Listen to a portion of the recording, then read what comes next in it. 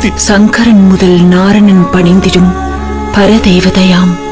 கொண்டனல் கோலம் கோடி அநேகங்கள் கண்டனல் என்றும் கலையின் கண்மாலைகள் விண்டனல் மேலை விரிகதில் மூன்றையும் தண்டலை மேல் நின்ற தையல் நல்லாளே. தையல் நல்லாளே தவத்தின் தலைவியை மையலை மனோன்மணி மங்கையை பையலின்றேத்தி பணிமின் பணிந்தபின் இளம்பிறை ஏந்திழை தூய சடைமுடி சூழினி சுந்தரி ஓம் என்ற உள்ளத்துள் உறைந்திருப்பாளே.